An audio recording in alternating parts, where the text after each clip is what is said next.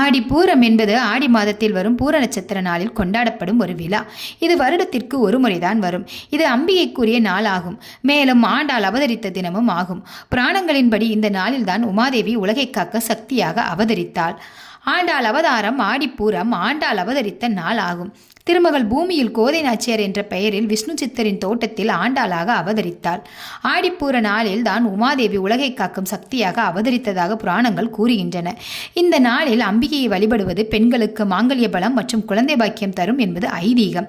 ஆடிப்பூர நாளில் அம்பிகையை வழிபடுவதன் மூலம் நாம் அவள் சக்தியை பெற முடியும். திருமணமான பெண்கள் மற்றும் திருமணமாகாத பெண்கள் இந்த நாளில் விரதம் இருந்து அம்பிகையை வழிபடுகிறார்கள். இந்த நாளில் ஆண்டாளுக்கும் அம்பிகைகளுக்கும் வளையல் அணிவித்து சிறப்பு பூஜைகள் செய்வார்கள்.